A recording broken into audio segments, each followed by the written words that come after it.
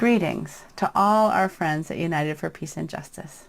This is Reverend Dr. Liz Theo-Harris, co-chair of the Poor People's Campaign, A National Call for Moral Revival, and director of the Cairo Center for Religions, Rights, and Social Justice. First off, I want to thank everyone at UPJ for our long-standing and incredibly important work together.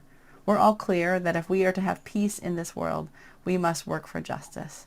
And there is nothing just about a nation that has spent $21 trillion on war, policing, surveillance, and prisons over the past 20 years, amidst widespread poverty and economic insecurity. Instead of fighting poverty, our nation and the wealthy across the world have invested in a long-term war on the poor at home and across the globe. And as is always the case with war and violence, poor and low-wealth people lose the most. Today, we must come to see that war is an enemy of the poor everywhere. 55 years ago, from the pulpit of Riverside Church, in New York City, Reverend Dr. King said, "There comes a time when silence is betrayal. The truth must be told." And the truth is that nearly half of the United States is poor and low income, that more than 250,000 people die every year from poverty, that the truth is that the pandemics of COVID-19 and systemic racism and poverty and ecological devastation and war hurt the poor first and worst. The truth is that the U.S. is a great purveyor of violence in the world, as Dr. King said in that powerful sermon. And as the world approaches more conflict and war, especially what we see going on in the Ukraine, it is especially important that we say no to war and all forms of violence. We must, as Dr. King calls us, break the silence of systemic racism and poverty, ecological devastation, the denial of healthcare, militarism, and the war economy, and we must shift the false moral narrative of religious nationalism.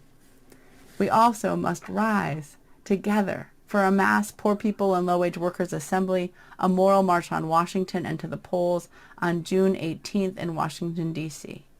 As long as the nation ignores these realities, refuses to fully address them, we live in an impoverished democracy and a soulless world. This gathering, this meeting, this assembly is not a one-day event, but a demonstration and declaration that the time to act is now. Please join, and we look forward to seeing you in June. Best. We gather today to honor the life and legacy of Dr. Martin Luther King Jr. on the 54th anniversary of his tragic and untimely assassination and the 55th anniversary of his prophetic speech, Beyond Vietnam, A Time to Break the Silence. We are here to call for an end to all wars and occupation around the world, an end to militarization of police in communities across the country, an end to gun violence, and an end to white nationalism, racism, xenophobia, homophobia, anti-Semitism, sexism, and gender identity expression in our society. We're here to call instead for a redirection of resources from the industries of violence, providing for the well-being of all people everywhere, and preservation of our endangered environment. As Bishop William J. Barber II, Reverend Liz Theo-Harris, co-chairs of the Poor People's Campaign, the National Call for Moral Revival, warned us in a February 25th statement. We are watching a war unfold with Russia's attack on Ukraine that has a huge ramification for the entire world, especially with war. As always is the case with war and violence, poor and low-income people lose the most. In a war over geopolitics and oil, poor people become pawns as aristocrats play dangerous and deadly games. This act of war is in part the result of a Christian nationalist project developed by Vladimir Putin and supported by the likes of Donald Trump and his followers. With the invoking of nuclear weapons, this reckless attack could lead to global disaster. The United States is by far the world's biggest military spender. In 2020, the US accounted for 39% of global military spending, about 2.5 times as much as China and Russia combined.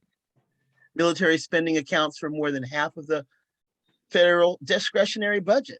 The March 19, 2022 bipartisan budget deal to fund the federal government for fiscal year 2022 provides $730 billion in discretionary domestic spending versus 782 billion for the military and war. The US maintains about 750 military bases in at least 80 countries around the world and has some 173,000 troops deployed in 159 countries. Even if the current crisis brings no wider war, the end to hostilities will bring a world much changed. The response from those who rule in the most powerful states likely will want more arms racing. The campaign for more arms spending and forward deployment of military forces already is underway in the United States and Europe. This will only harden the confrontation between the governments of the US and NATO, not only with that of Russia, but with the governments of China, increasing the risk of war among nuclear armed countries. For decades, we have seen deepening inequality and injustice at home and intensifying confrontations abroad, throwing more state violence at social and political problems has had an unbroken record of failure. It is time to seek a different path. The Ukraine crisis acutely reminds us that approximately 90% of all nuclear warheads are owned by Russia and the United States, who each have around 4,000 warheads in their military stockpiles. Over the next 30 years, the United States plans to spend more than $2 trillion on its nuclear arsenal and supporting infrastructure, upgrading its nuclear bombs and warheads and the bombers, missiles, and submarines that deliver them. Yet before the pandemic, 140 million Americans were living in poverty or were one emergency away from economic ruin. That's 43% of the nation and 52% of its children. How can this be acceptable in the richest country in the world? In his Beyond Vietnam speech, Dr. King declared, "A nation that continues year after year to spend more on military defense than on programs of social uplift is approaching spiritual death." When Dr. King gave his speech, the United States was embroiled in the Vietnam War. The country was in turmoil as peace activists resisted the draft, and anti-war and civil rights protesters took to the streets. King's speech laid bare the relationship between the US wars abroad and the racism and poverty being challenged by the civil rights movement at home. And it was controversial in some parts of the civil rights movement. On this day of remembrance honoring Dr. King, we call on our country to reverse course and turn towards humanity, law, and decency. We honor the full legacy of Dr. King's work opposing militarism, racism, and poverty, the axis of evil in the struggle for peace and justice. The Poor People's Campaign, a national call for a moral revival, has picked up Dr. King's unfinished work, weaving into the interlocking injustices of systemic racism, systemic poverty, environmental devastation, militarism and the war economy, and a distorted moral narrative of Christian nationalism into one moral fusion campaign. This year's public readings of Beyond Vietnam, A Time to Break the Silence, are part of a Poor People's Campaign mobilization building towards June 18th, 2022, Mass Poor People's and Low-Wage Workers Assembly and Moral March on Washington into the polls. This will be a generationally transformative gathering of poor and low-wealth people, state leaders, faith communities, moral allies, unions, and partnering organizations. Before that, a national mobilization tool will make at least 10 stops nationwide to do more: mobilize, organize, register, and educate people for a movement that votes. We will now read the complete text of Dr. King's speech, Beyond Vietnam, A Time to Break Silence, which he delivered on April 4th, 1967, at a meeting of clergy and laity concerned at Riverside Church in New York City, exactly 1 year before his assassination. Readers are requested to not change any of Dr. King's words. We believe that Dr. King's words were both precautionary and prophetic, providing both a diagnosis and a cure, a true revolution of values for our society's gravest illnesses, the giant triplets of racism, extreme materialism, and militarism.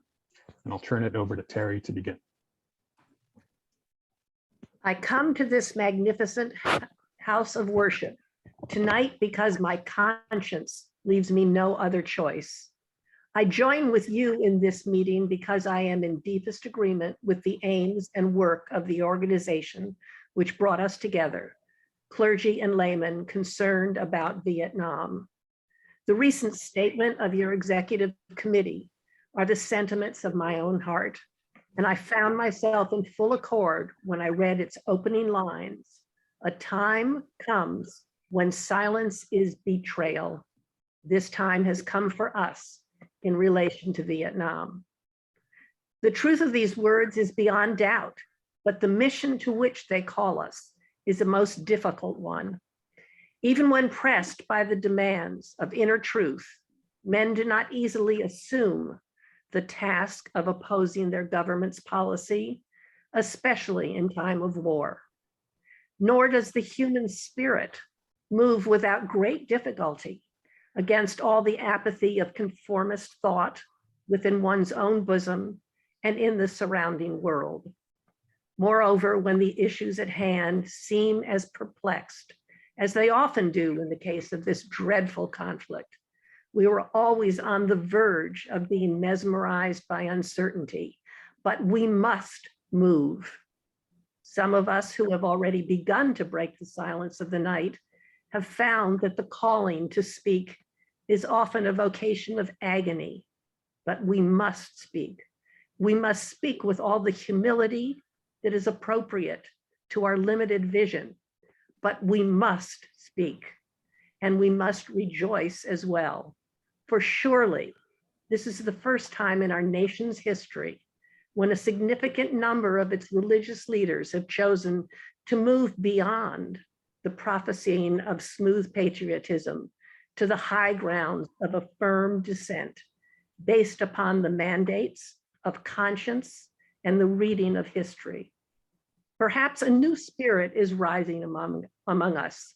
If it is, let us trace its movement well and pray that our own inner being may be sensitive to its guidance, for we are deeply in need of a new way beyond the darkness that seems so close around us. Over the past 2 years, as I have moved to break the betrayal of my own silences and to speak from the burnings of my own heart, as I have called for radical departures from the destruction of Vietnam, many persons have questioned me about the wisdom of my path. At the heart of their concerns, this query has often loomed large and loud. Why are you speaking about war, Dr. King? Why are you joining the voices of dissent? Peace and civil rights don't mix, they say. Aren't you hurting the cause of your people, they ask. And when I hear them, though I often understand the source of their concern, I am nonetheless greatly saddened, for such questions mean that the inquirers have not really known me, my commitment, or my calling. Indeed, their suggestions suggest that they do not know the world in which they live. In the light of such tragic misunderstandings, I deem it of some signal importance to try to state clearly, and I trust concisely, why I believe that the path from Dexter Avenue Baptist Church, the church in Montgomery, Alabama, where I began my pastorate, leads clearly to this sanctuary tonight. I come to this platform tonight to make a passionate plea to my beloved nation. This speech is not addressed to Hanoi or to the National Liberation Front. It is not addressed to China or to Russia. Nor is it an attempt to overlook the ambiguity of the total situation and the need for a collective solution to the tragedy of Vietnam. Neither is it an attempt to make North Vietnam or the National Liberation Front paragons of virtue, nor to overlook the role they can play in a successful resolution of the problem. While they both may have justifiable reason to be suspicious of the good faith of the United States, life and history give eloquent testimony to the fact that conflicts are never resolved without trustful give and take on both sides. Tonight, however, I wish not to speak with Hanoi and the NLF, but rather to my fellow Americans who, with me, bear the greatest responsibility in ending a conflict that has exacted a heavy price on both continents. Since I am a preacher by trade, I suppose it is not surprising that I have 7 major reasons for bringing Vietnam into the field of my moral vision. There is at the outset a very obvious and almost facile connection between the war in Vietnam and the struggle I and others have been waging in America. A few years ago, there was a shining moment in that struggle. It seemed as if there was real promise of hope for the poor, both Black and white, through the poverty program. There were experiments, hopes, new beginnings. Then came the buildup in Vietnam, and I watched the program broken and eviscerated, as if it were some idle political plaything of a society gone mad on war, and I knew that America would never invest the necessary funds or energies in rehabilitation of its poor, so long as adventures like Vietnam continue to draw men and skills and money like some demonic, destructive suction tube. So I was increasingly compelled to see the war as an enemy of the poor and to attack it as such. Perhaps the more tragic recognition of reality took place when it became clear to me that the war was doing far more than devastating the hopes of the poor at home. It was sending their sons and their brothers and their husbands to fight and to die in extraordinarily high proportions relative to the rest of the population. We were taking the Black young men who had been crippled by our society and sending them 8,000 miles away to guarantee liberties in Southeast Asia, which they had not found in Southwest Georgia and East Harlem. So we have been repeatedly faced with the cruel irony of watching Negro and white boys on TV screens as they kill and die together for a nation that has been unable to seat them together in the same schools. So we watched them in brutal solidarity burning the huts of a poor village, but we realized that they would never live on the same block in Detroit. I could not be silent in the face of such cruel manipulation of the poor. My third reason moves to an even deeper level of awareness, for it grows out of my experience in the ghettos of the North over the last 3 years, especially the last 3 summers. As I have walked among the desperate, rejected, and angry young men, I have told them that Molotov cocktails and rifles would not solve their problems. I have tried to offer them my deepest compassion while maintaining my conviction that social change comes most meaningfully through nonviolent action. But they asked, and rightly so, what about Vietnam? They asked if our own nation wasn't using massive doses of violence to solve its problems, to bring about the changes it wanted.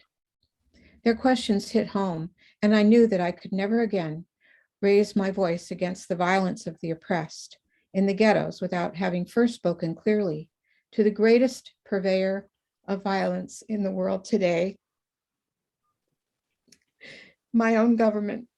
For the sake of those boys, for the sake of this government, for the sake of hundreds of thousands trembling under our violence, I cannot be silent. For those who ask the question, aren't you a civil rights leader? And thereby mean to exclude me from the movement for peace, I have this further answer.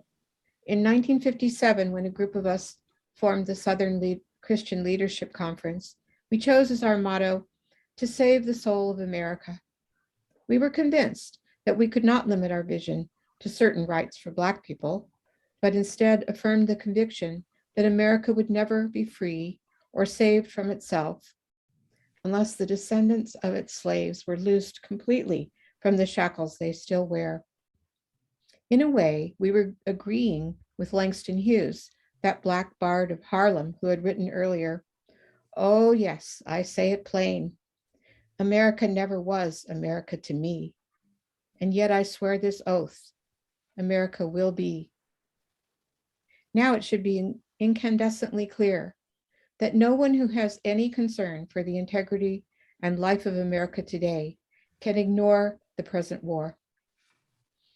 If America's soul becomes totally poisoned, part of the autopsy must read Vietnam. It can never be saved so long as it destroys the deepest hopes of men the world over. So it is that those of us who are yet determined that America will be are led down the path of protest and dissent, working for the health of our land. As if the weight of such a commitment to the life and health of America were not enough, another burden of responsibility was placed upon me in 1964.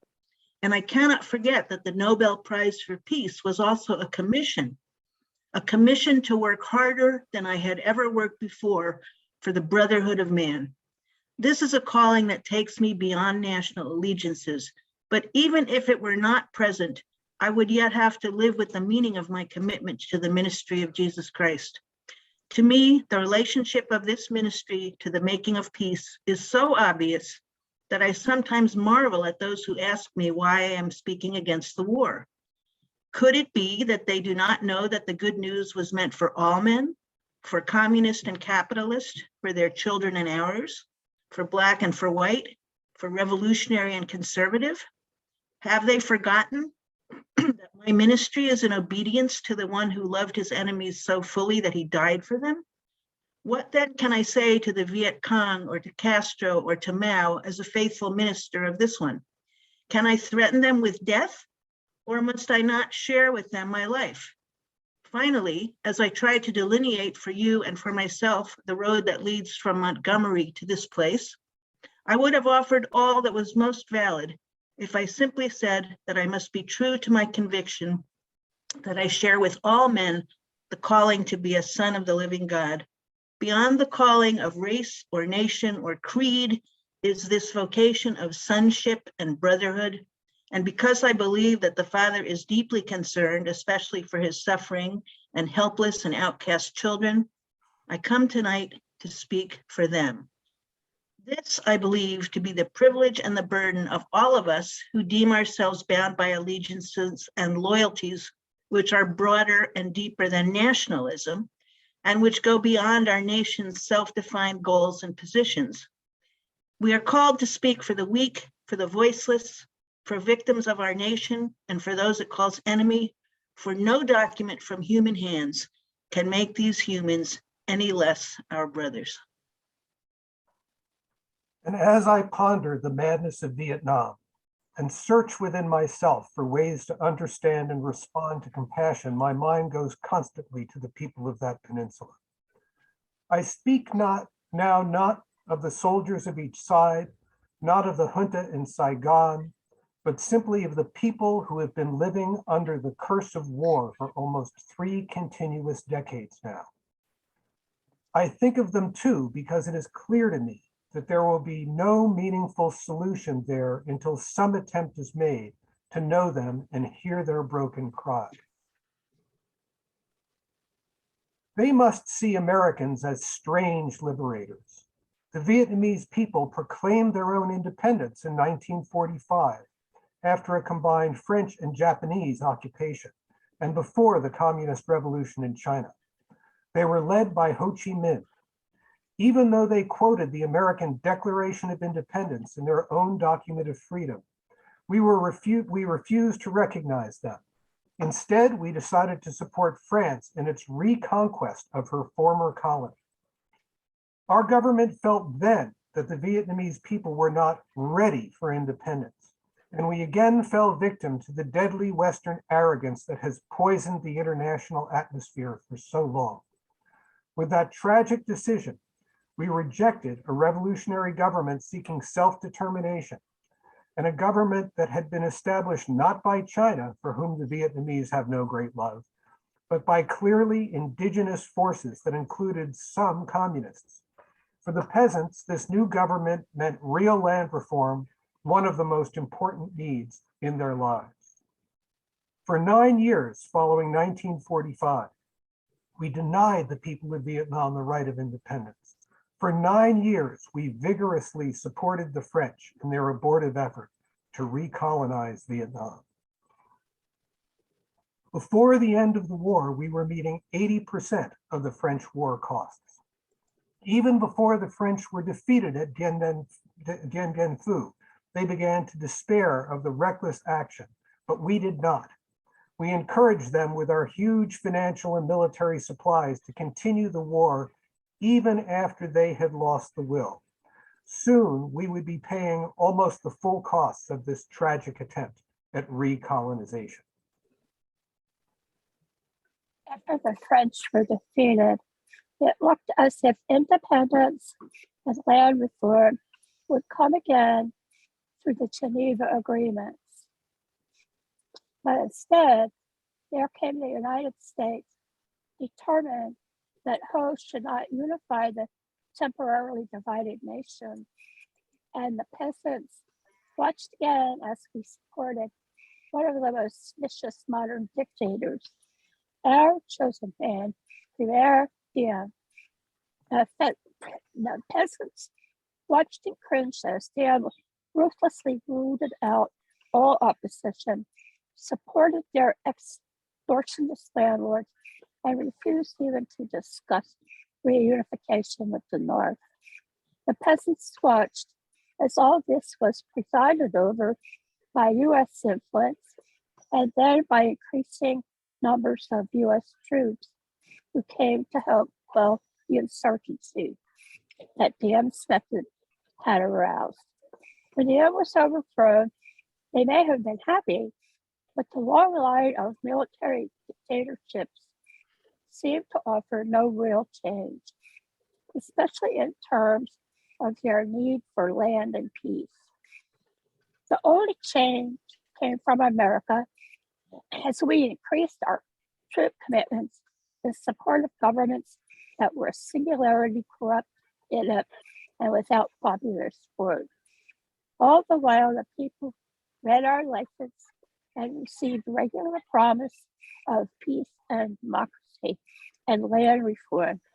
Now they languish under our bombs and consider us, not their fellow Vietnamese, the real enemy.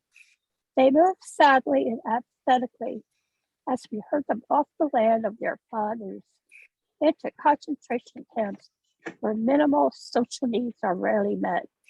They know they must move or be destroyed by our bombs. So they go, primarily women and children and the aged. They watch as we poison their water, as we kill 1 million acres of their crops. We must weep as the bulldozers roar through their areas, preparing to destroy the precious trees.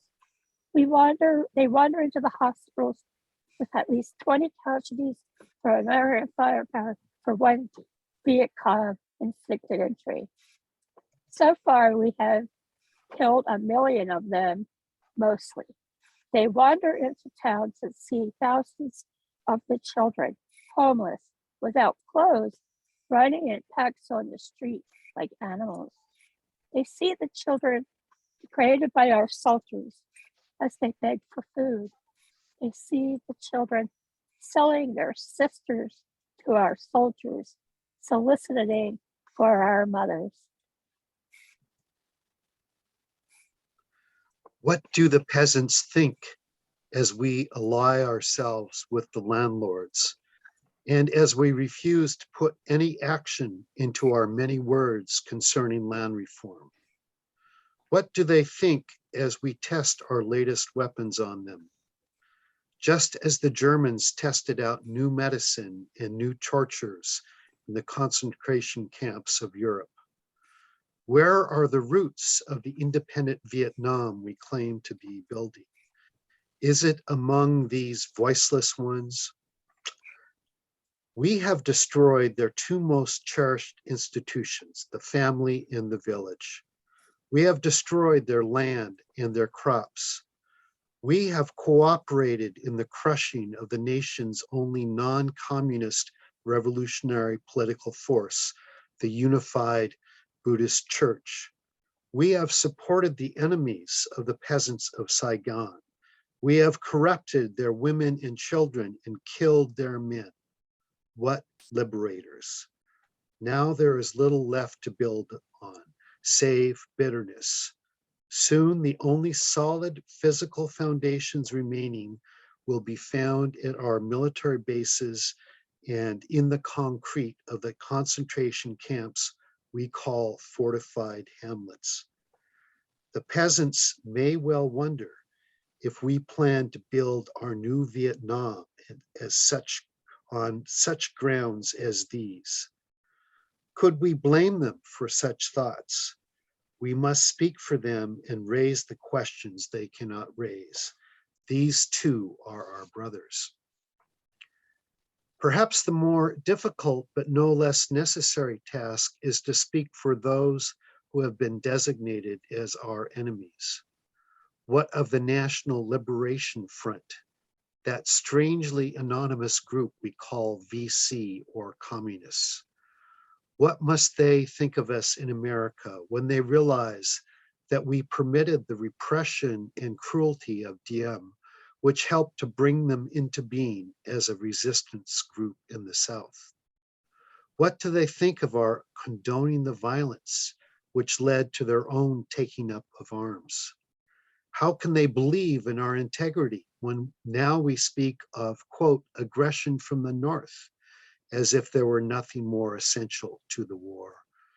How can they trust us when now we charge them with violence after the murderous reign of Diem, and charge them with violence while we pour every new weapon of death into their land? Surely we must understand their feelings, even if we do not condone their actions.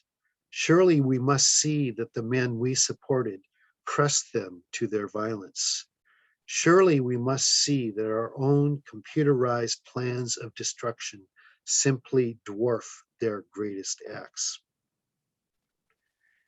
How do they judge us when our officials know that their membership is less than 25% communist, and yet insist on giving them the blanket name? What must they be thinking when they know that we are aware of their control of major sections of Vietnam, and yet we appear ready to allow national elections in which this highly organized political parallel government will have no part? They ask how we can speak of free elections when the Saigon press is censored and controlled by the military junta. And they are surely right to wonder what kind of new government we plan to help form without them, the only party in real touch with the peasants. They question our political goals, and they deny the reality of a peace settlement from which they will be excluded. Their questions are frighteningly relevant. Is our nation planning to build on political myth again and then shore it up with the power of new violence? Here is the true meaning and value of compassion and nonviolence, when it helps us to see the enemy's point of view, to hear his questions, to know his assessment of ourselves. For from his view, we may indeed see the basic weakness of our own condition.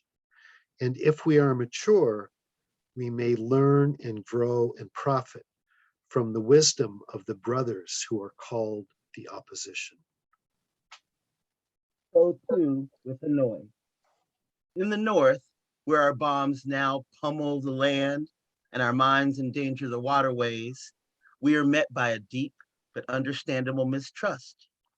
To speak for them is to explain this lack of confidence in Western words, and especially their distrust of American intentions now. In Hanoi, are the men who led the nation to independence against the Japanese and the French, the men who sought membership in the French Commonwealth and were betrayed by the weakness of Paris and the willingness of the colonial armies. It was they who led the second struggle against French domination at tremendous costs, and then were persuaded to give up the land they controlled between the 13th and 17th parallel as a temporary measure at Geneva. After 1954, they watched us conspire with Diem to prevent elections, which would have surely brought Ho Chi Minh to power over a united Vietnam, and they realized they had been betrayed again. When we ask why they do not leap at negotiate, these things must be remembered. Also, it must be clear that the leaders of Hanoi considered the presence of American troops in support of the Diem regime to have been the initial military breach of the Geneva agreements concerning foreign troops. And they remind us that they did not begin to send in any large number of supplies or men until American forces had moved into the tens of thousands.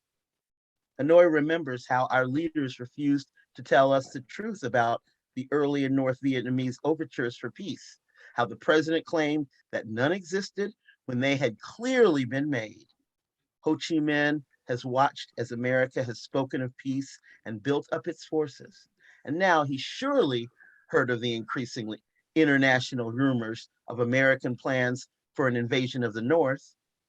He knows of the bombing and shelling and mining we are doing are part of traditional pre-invasion strategy. Perhaps only his sense of humor and of irony can save him when he hears the most powerful nation in the world speaking of aggression as it drops thousands of bombs on a poor, weak nation more than 8,000 miles away from its shores. At this point, I should make it clear that while I have tried in these last few minutes to give voice to the voiceless on Vietnam and to understand the arguments of those who are called enemy, I am as deeply concerned about our troops there as anything else. For it occurs to me that what we are submitting them to in Vietnam is not simply the brutalizing process that goes on in any war, where armies face each other and seek to destroy. We are adding cynicism to the process of death. For they must know, after a short period there, that none of the things we claim to be fighting for are really involved. Before long, they must know that their government has sent them into a struggle among the Vietnamese, and the more sophisticated surely realize that we are on the side of the wealthy and the secure while we create hell for the poor. Somehow this madness must cease. We must stop now. I speak as a child of God and brother to the suffering poor of Vietnam. I speak for those whose land is being laid waste, whose homes are being destroyed, whose culture is being subverted. I speak for the poor of America who are paying the double price of smashed hopes at home and death and corruption in Vietnam. I speak as a citizen of the world, for the world as it stands aghast at the path we have taken. I speak as an American to the leaders of my own nation. The great initiative in this war is ours. The initiative to stop it must be ours. This is the message of the great Buddhist leaders of Vietnam. Recently, one of them wrote these words: "Each day the war goes on, the hatred increases in the heart of the Vietnamese and in the hearts of those of humanitarian instinct. The Americans are forcing even their friends into becoming their enemies. It is curious that the Americans, who calculate so carefully on the possibilities of military victory, do not realize that in the process, they are incurring deep psychological and political defeat. The image of America will never again be the image of revolution, freedom, and democracy, but the image of violence and militarism. If we continue, there will be no doubt in my mind and in the mind of the world that we have no honorable intentions in Vietnam. It will become clear that our minimal expectation is to occupy it as an American colony, and men will not refrain from thinking that our maximum hope is to goad China into a war so that we may bomb her nuclear installations. If we do not stop our war against the people of Vietnam immediately, the world will be left with no other alternative than to see this as some horribly clumsy and deadly game we have decided to play. The world now demands a maturity of America that we may not be able to achieve. It demands that we admit that we have been wrong from the beginning of our adventure in Vietnam, that we have been detrimental to the life of the Vietnamese people.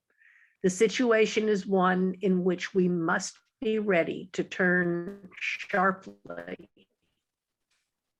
from our present ways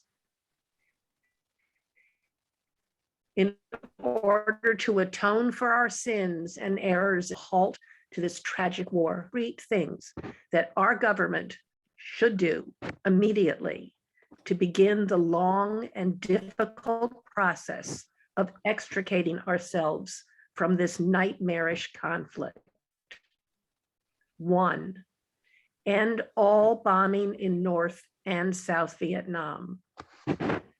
2, declare a unilateral ceasefire in the hope that such action will create the atmosphere for negotiation. 3, take immediate steps to prevent other battlegrounds in Southeast Asia by curtailing our military buildup in Thailand and our interference in Laos. The fact that the National Liberation Front has substantial support in South Vietnam and must thereby play a role in any meaningful negotiations and in any future Vietnam government. 5, set a date that we will remove all foreign troops from Vietnam in accordance with the 1954 Geneva Agreement. Part of our ongoing commitment might well express itself in an offer to grant asylum to any Vietnamese who fears for his life under a new regime, which included the Liberation Front. Then we must make what reparations we can for the damage we have done. We must provide the medical aid that is badly needed, making it available. Meanwhile, we in the churches and synagogues have a continuing task while we urge our government to disengage itself from a disgraceful commitment. We must continue to raise our voices if our nation persists in its perverse ways in Vietnam. We must be prepared to match actions with words by seeking out every creative means of protest possible. As we counsel young men concerning military service, we must clarify for them our nation's role in Vietnam and challenge them with the alternative of conscientious objection. I am pleased to say that this is the path now being chosen by more than 70 students at my own alma mater, Morehouse College, and I recommend it to all who find the American course in Vietnam a dishonorable and unjust one. Moreover, I would encourage all ministers of draft age to give up their ministerial exemptions and seek status as conscientious objectors. These are the times for real choices and not false ones. We are at the moment when our lives must be placed on the line if our nation is to survive its own folly. Every man of humane convictions must decide on the protest that best suits his convictions, but we must all protest. There is something seductively tempting about stopping there and sending us all off on what in some circles has become a popular crusade against the war in Vietnam. I say we must enter the struggle, but I wish to go on now to say something even more disturbing. The war in Vietnam is but a symptom of a far deeper malady within the American spirit. And if we ignore this sobering reality, we will find ourselves organizing clergy and laymen concerned committees for the next generation. They will be concerned about Guatemala and Peru. They will be concerned about Thailand and Cambodia. They will be concerned about Mozambique and South Africa. We will be marching for these and a dozen other names and attending rallies without end unless there's significant and profound change of life in American profound change in American life and policy. Such thoughts take us beyond Vietnam, but not beyond our calling as sons of the living God. In 1957, a sensitive American official overseas said that it seemed to him that our nation was on the wrong side of a world revolution. During the past 10 years, we have seen emerge a pattern of suppression, which now has justified the presence of US military advisors in Venezuela. This need to maintain social stability for our investments accounts for the counter-revolutionary action of American forces in Guatemala. It tells why American helicopters are being used against guerrillas in Colombia and why American napalm and Green Beret forces have already been active against rebels in Peru. It is with such activity in mind that the words of the late John F. Kennedy come back to haunt us. 5 years ago, he said, "Those who make peaceful revolution impossible will make violent revolution inevitable." Increasingly, by choice or by accident, this is the role our nation has taken, the role of those who make peaceful revolution impossible by refusing to give up the privileges and the pleasures that come from the immense profits of overseas investments. I am convinced that if we are to get on the right side of the world revolution, we as a nation must undergo a radical revolution of values. We must rapidly begin the shift from a thing-oriented society to a person-oriented society. When machines and computers, profit motives and property rights are considered more important than people, the giant triplets of racism, materialism, and militarism are incapable of being conquered. A true revolution of values will soon cause us to question the fairness and justice of many of our past and present policies. On the one hand, we are called to play the Good Samaritan on life's roadside, but that will be only an initial act. One day we must come to see that the whole Jericho road must be transformed so that men and women will not be constantly beaten and robbed as they make their journey on life's highway. True compassion is more than flinging a coin to a beggar. It is not haphazard and superficial. It comes to see that an edifice which produces beggars needs restructuring. A true revolution of values will soon look uneasily on the glaring contrast of poverty and wealth. With righteous indignation, it will look across the seas and see individual capitalists of the West investing huge sums of money in Asia, Africa, and South America, only to take the profits out with no return for the social betterment of the countries and say, this is not just. It will look at our alliance with the landed gentry of Latin America and say, this is not just. The Western arrogance of feeling that has everything to teach others and nothing to learn from them is not just. A true revolution of values will lay hands on the world order and say of war, this way of settling differences is not just. This business of burning human beings with napalm, of filling our nation's homes with orphans and widows, of injecting poisonous drugs of hate into the veins of people not normally humane, of sending men home from dark and bloody battlefields, physically handicapped and psychologically deranged, cannot be reconciled with wisdom, justice, and love. A nation that continues year after year to spend more money on military defense than on programs of social uplift is approaching spiritual death.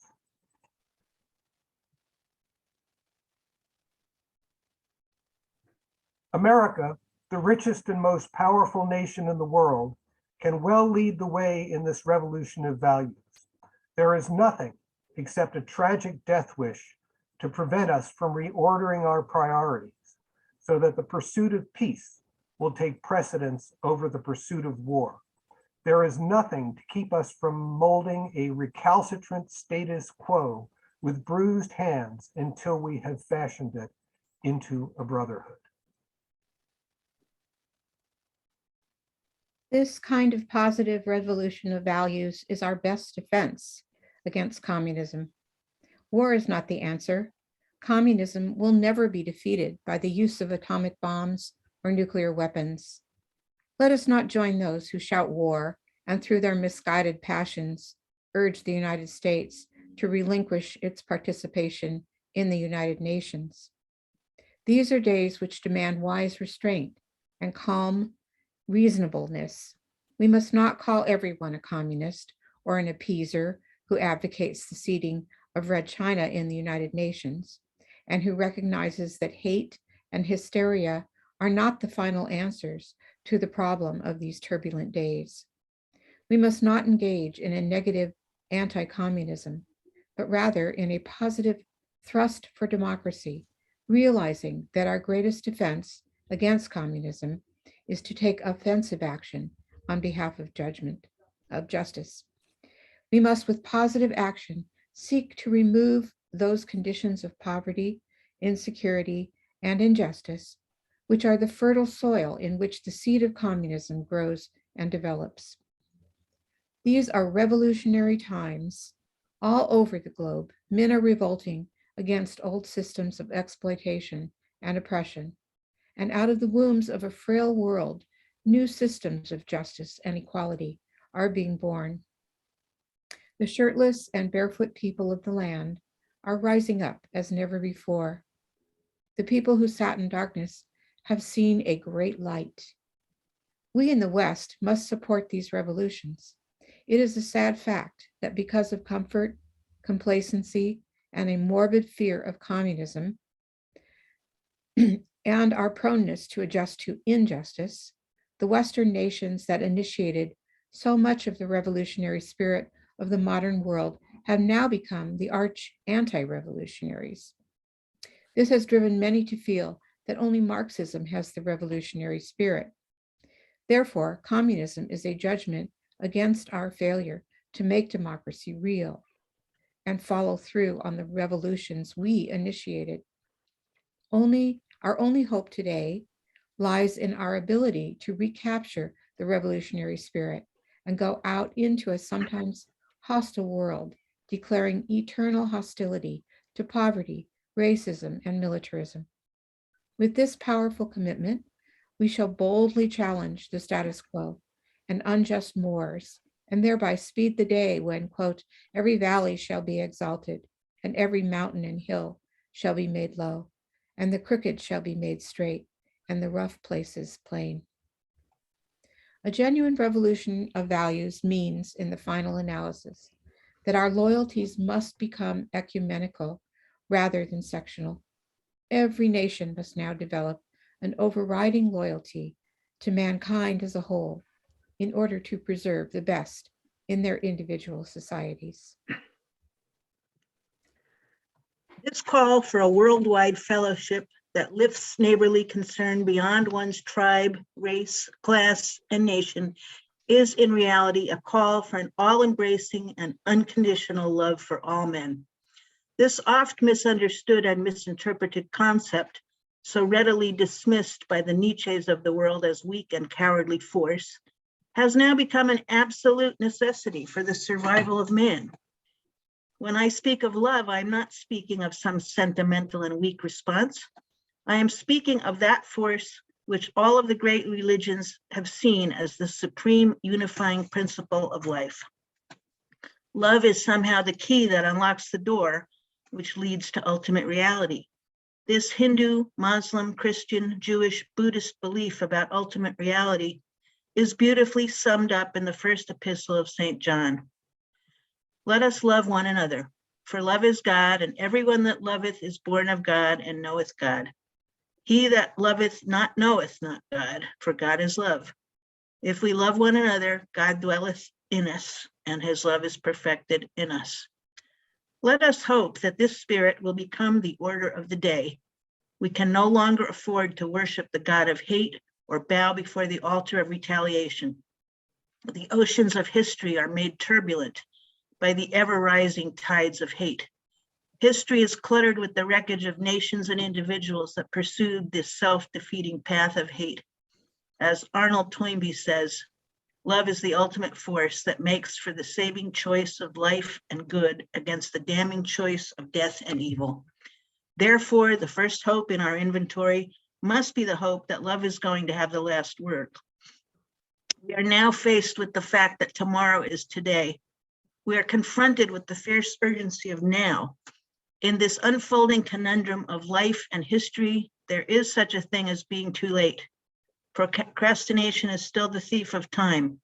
Life often leaves us standing bare, naked, and dejected with a lost opportunity. The tide in the affairs of men does not remain at the flood, it ebbs. We may cry out desperately for time to pause in her passage, but time is deaf to every plea and rushes on. Over the bleached bones and jumbled residue of numerous civilizations are written the pathetic words, too late. There is an invisible book of life that faithfully records our vigilance or our neglect. The moving finger writes, and having writ moves on. We still have a choice today, nonviolent coexistence or violent co-annihilation. We must move past indecision to action. We must find new ways to speak for peace in Vietnam and justice throughout the developing world, a world that borders on our doors. If we do not act, we should surely be dragged down the long, dark, and shameful corridors of time reserved for those who possess power without compassion, might without morality, and strength without sight. Now let us begin. Now let us rededicate ourselves to the long and bitter, but beautiful, and struggle for a new world. This is the calling of the sons of God, and our brothers wait eagerly for our response. Shall we say the odds are too great? Should we tell them the struggle is too hard? Will our message be that the force of American life militate against the arrival as full men, their arrival as full men, and we send our deepest regrets? Or will there be another message of longing, of hope, of solidarity with their yearnings, of commitment to their cause, whatever the cost? The choice is ours. And though we might prefer it otherwise, we must choose in this crucial moment of human history. As that noble bard of yesterday, James Russell Lowell, eloquently stated, once to every man and nation comes the moment to decide, in the strife of truth and falsehood, for the good or evil side. Some great cause, God's new Messiah, offering each the bloom of blight, bloom or blight, and the choice goes by forever, twixt that darkness and that light. Though the cause of evil prosper, yet 'tis truth alone is strong. Though her portion be the scaffold, and upon the throne be wrong, yet that scaffold sway the future. And behind the dim unknown standeth God within the shadows, keeping watch over his own. And if we will only make the right choice, we will be able to transform this pending cosmic elegy into a creative psalm of peace. If we make the right choice, we will be able to transform the jangling discourse of our world into a beautiful symphony of brotherhood. If we make the right, if we will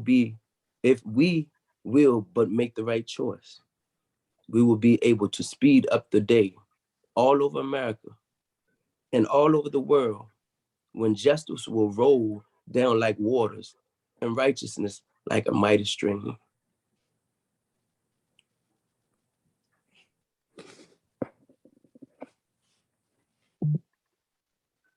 That was very moving, and now we're going to move on to watch a video of made by the Poor People's Campaign.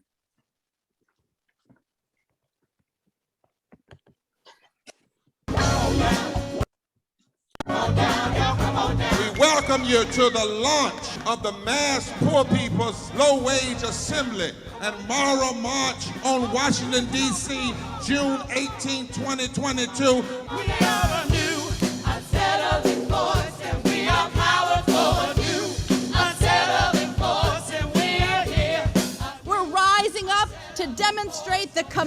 purging power that we, poor and low-income people, have to reconstruct society from the bottom up.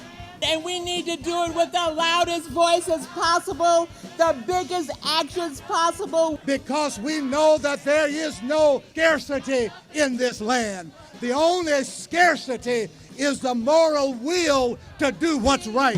Hold on, just a little while longer. We are those with sub-minimum wage jobs who can't afford sky-high rent.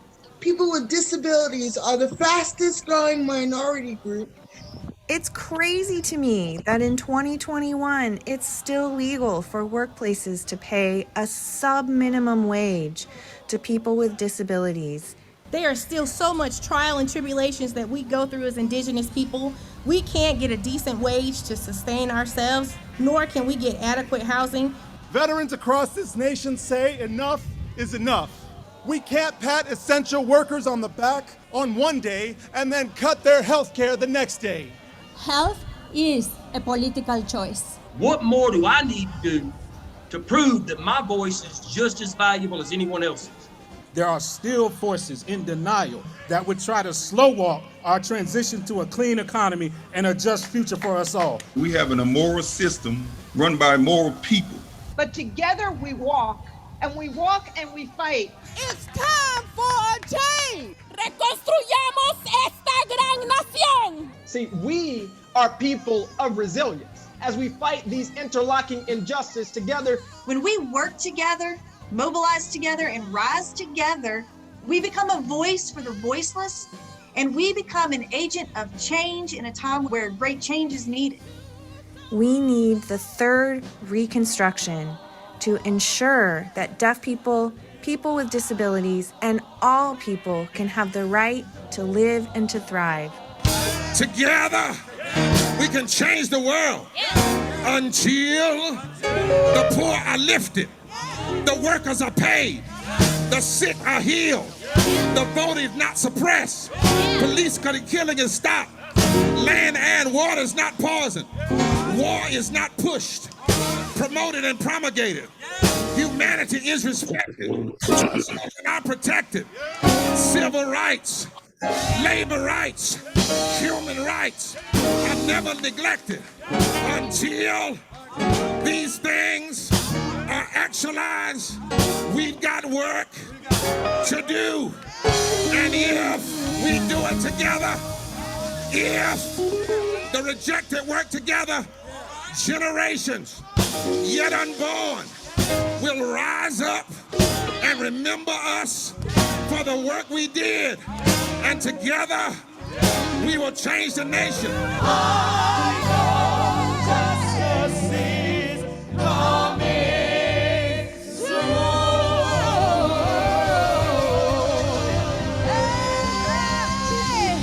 Do you believe that of today?